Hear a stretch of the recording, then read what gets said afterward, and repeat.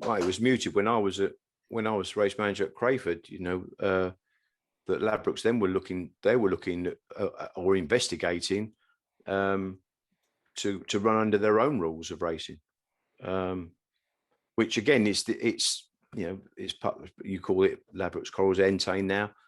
That's all part and parcel of this control thing. This is how it seems as though bookmakers want to have control. These media rights deals. They want to have the control, and whatever. I mean, kind of leading towards SIS asking for 3 qualification trials. That they're not the rules of racing; they're their own rules. It seems as though anything goes these days, and the GBGB are really not in any kind of position to say no, you can't do that. That's not the rules of racing. So it just seems as though these 2 superpowers, if you like, can go and do whatever they want to do without question. I think that kind of takes us into another area that I wanted to talk about anyway. And, we're talking about the rights of the tracks to make up or add to the existing rule book, which they insist they're entitled to do. And to a certain extent, I get that.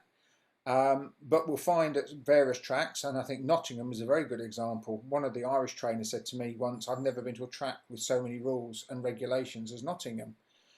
And when we're looking at the trainers' rights and the trainers' options, if you have only got those limited number of tracks, it will be, it's kind of our way or the highway.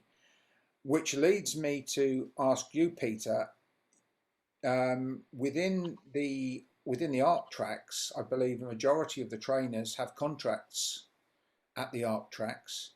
And am I right in saying that there is a clause within those contracts that would prohibit or give the racing officers the power to prohibit trainers from running their dogs on other tracks?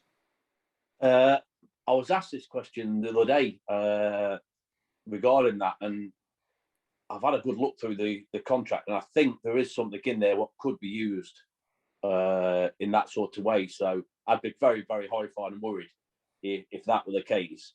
Now, just going back on the point which was mentioned a minute ago regarding a sort of breakaway situation. Now, some trainers might see that it could be a big positive because it could be an option for earning extra money. And it gives people power that, well, if I want to come over to your side or you want to sway me, you're going to have to pay me the money. But how's that work when we have like a Greyhound derby? Do we have an ARC Greyhound derby, then another side's Greyhound derby, and some can't run in that one because they're released to the other one? Will it go like the darts situation where you have 2 world champions, one from one and one from another, and it just I don't like it. I don't like it for it. I really don't. It's if I was running the Greyhound board, I would do everything I could to try and stop something like this taking place. And I just wonder what there is in that person's arsenal to try and stop, or how does it happen, or have they got the willing to do it, or I don't know. Yeah, it's interesting you say that, because I think we've kind of like reached the end of the line, or we've certainly reached the end of the line as we know it. As I said before, we had the track owners that basically ran the industry.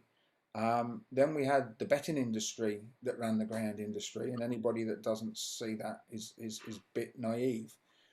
We've now moved on to what could well be the final stage, where the media companies rule the industry, because ARC are an absolute Goliath, and they could well find themselves in a position in 2025, whenever the case may be, that they do run the Greyhound industry.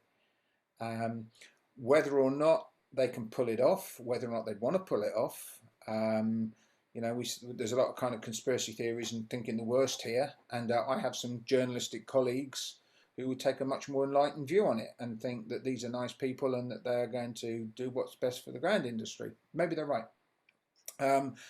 But I don't know, do we get to that position? One thing that hasn't been raised is, would ARC be allowed to control the ground industry in terms of, when we've had it in the past when Bags ran greyhound racing, it came about over evolution. You know, you and I will remember as kids, I don't know, sort of two bags meetings a morning, a couple in the afternoon, and maybe Hackney on a Saturday morning. It built and built and built to a stage that they were racing from sort of 7 o'clock in the morning till, I don't know, halfway through the night, and race after race after race. And everything, the entire ground industry was entirely dominated by bookmaker contracts, which is a position we are now in. There's nobody operates without a bookmaker contract. Are we getting to a point where the government would look and say, well, if we get back to one organisation again, that would no longer be acceptable? While we've had ARC and SIS vying, you could say, well, that's fair competition. If we had a monopoly position for ARC, particularly given the way things have gone on the gambling side with industry prices, where they absolutely have everything tied up, would that be in the public interest that ARC should be running the entire ground industry? Would the government care? I don't know. And that's my concern, that you're going to have a barrage from the antis if we do go round to a smaller number of tracks. They've got less to aim at. Exactly what they did in America, one by one, they get stuck in. Like you say, you might have the competition authority having a look at it. Suddenly the government start looking at it and turn and go, do we want this aggro? Do we need this for what this is drawing, what this is producing? Do we need it? And I think that would be on the table. And that would be a real worry. Yes, I would have thought so. The other thing that we haven't kind of raised, and it's even more short term, because as I said, we're talking 2 years, 8 months away until this thing kicks in. We both know that come next year, come 2022, we're going to feel the massive effects of a greyhound shortage. You know, with breeding down 25% in 2020. That will feed through in 2022 or late 21 and into 2022. 2022 will be the year it really hits us. How many of these tracks will still be able to operate by the time we get to 2024? Well, I mean, that's a fair point that you raise, and it's something that you're able to kind of see what's happening from afar and say this is what is going to happen and preempt what's going to happen in the future. I don't think these companies really take too much interest in the industry as a whole. I don't think they read too much into that, Floyd, because if you look at the fare that actually goes out with sprint, and a lot of the dogs that go on there are run far too often, I don't really see that you need a 14 race program. Why can't they cut it down to 10 and 12 races like it was in the old days to just ease that that pressure that is put on the kennel strength? Because they don't look at the bigger picture, these companies. They're not really into greyhound racing that much. So how can you tell me that these two global giants have got any kind of care for greyhound racing as an entity? I'd question that. Yeah, to be honest though, I'm going to be a bit controversial now. Should we expect them to?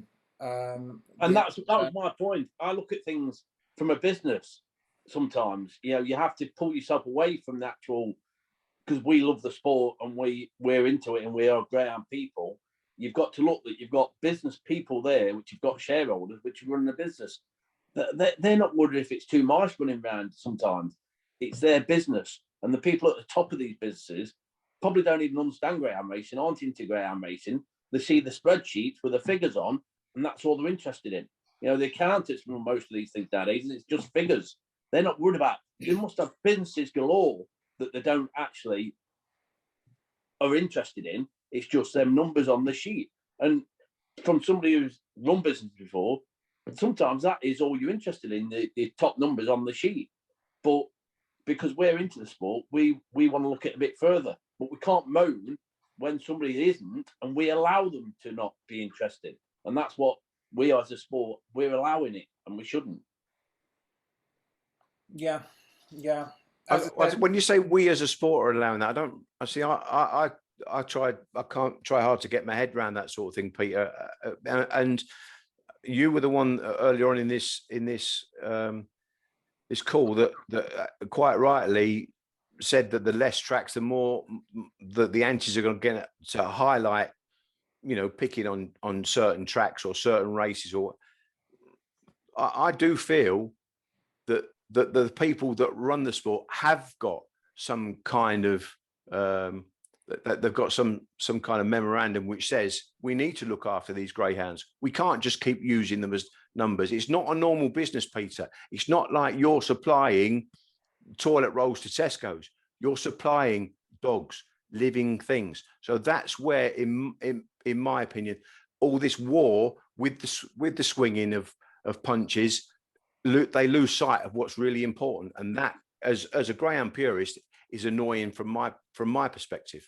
Yeah, I agree with you, Paul, that we as a sport, we understand that I'm talking about the higher up of the business management side of things, which don't get involved with the day-to-day running of greyhound racing. They've just bought a product, or they've invested in a sport. They're not sports people. And I've said, I can't moan at those, because they're a business, they're earning money. You understand their business ethos, but yeah. But I'm saying that, Peter, from my point of view, there has to be a balance to it. That's the annoying. I think that's what a lot of the purists, such as your Mark and the lads that go on Twitter, such as David Mitchell, they're the lads that say, but that's not right. There needs to be a balance to it. It can't be a win at all costs, Peter, when animals are involved. That's my point. And that's where I'm with you, and I'm with Dave Mitchell. But I try and understand. I try and pull myself away sometimes to think to myself, I can't keep calling them. I can't keep moaning at them, because I can understand they're doing it to earn some money. I've got to moan at the people who's got to turn around and go, whoa, you can earn your money, but this has got to happen, that's got to happen, and we're not doing that. Yeah, and I agree with you. They're the people what I've got my anger issues within me, and I'm not happy with, because there's somebody's got to rein that in and turn around and go, these dogs can only run once a week. We're not doing that. That's where my anger's towards that. Yeah, I can see both sides. All I would say is that, kind of in my experience of dealing with these companies for a long period of time, we tend to take it we tend to make them quite personal, as though there is somebody within one of these big companies, and I don't even want to name companies because it seems I'm picking on them, but ultimately they are a group of individuals, accountants, MDs, who possibly won't even be sitting in the same chairs in 2 years' time. They'll have moved on to be an MD somewhere else, providing the share price was fine when they left. That really is all they're interested in. And our industry is not geared to balance welfare and what we're interested in under those rules. That they simply don't exist. And I get frustrated with we should be more like Australia. And I'm going to have Paul come back, and I'd like to speak to him and David about some of the Australian things, because we can still do take on board some of their ideas and some of the ways they operate. But we are not built like Australia. We were built from day one as a commercial entity to make money for businessmen. That's what this industry is. Now, the rest of us, we're the kind of the muggins that are in it for the love of it. There's none of us would be in the game for the money. We simply do it because we love it. But ultimately, we don't have the power. And if the chairman, whoever he may be, and if the managing director of the GBGB today or in 5 years' time has a particular issue with a group of promoters, he's got very little wiggle room in terms of making them do anything. He can try and persuade them. He can try and but if those promoters are ultimately just figureheads on behalf of some faceless accountants working for a global corporation, I don't think he's going to get a lot of. Who's picked those two people, Floyd? Who's picked who? The two people you just mentioned. Who's picked them? I'm sorry, I'm not with you. Which two people? Who's, Oh, what who's, you mean the chairman and the managing director? yeah. Well, they were appointed. They were appointed with an appointments procedure amongst the directors, and those people will have come in, you know, on the basis that they were expected to do a particular job. But my point was there, which I'm quite careful of how I say it. Whoever's picking the people are not going to get what they don't want, are they? Well, exactly so, exactly so. So that's why I don't think, and I have a big problem with people going looking for someone to blame at the head of the organisation. And as I said, I think Mark Byrd holds the Greyhound board together. He's the best person we've had in charge of Greyhound racing in my lifetime. Yes, and mine. However, he has got a limited amount of scope, and thankfully, so far, I don't see people kind of turning on him. I don't see the trainers turning on him. I don't see the other promoters turning on him. Because at the end of the day, he's got a certain amount of scope. And if he went in and banged that table too hard, then he may find that, you know, he wasn't going to continue the job for a bit, or they would make life so difficult that he'd go, do you know what, I don't need this crap anymore. I'm gone. And I genuinely, I don't think he probably does need the crap. I think that he'll stay as long as he thinks he can do a job. But ultimately, he will never have the clout, because that's the way the Greyhound board was set up. You know, go back to the days of Donoghue, and I was there right when all the formation and the discussions were taking place. And everything around the Donoghue report, everything around setting up a GBGB was something that the promoters could stomach. And if they hadn't got what they wanted, we wouldn't have GBGB. And we got to the point where Donoghue himself talked about, no, it wasn't Donoghue, I think it was the sports minister at Sheffield at the time, talking about ground racing drinking in the last chance saloon. And it was that was just a power battle to decide who would have the clout within the ground board. And in the end, the promoters won.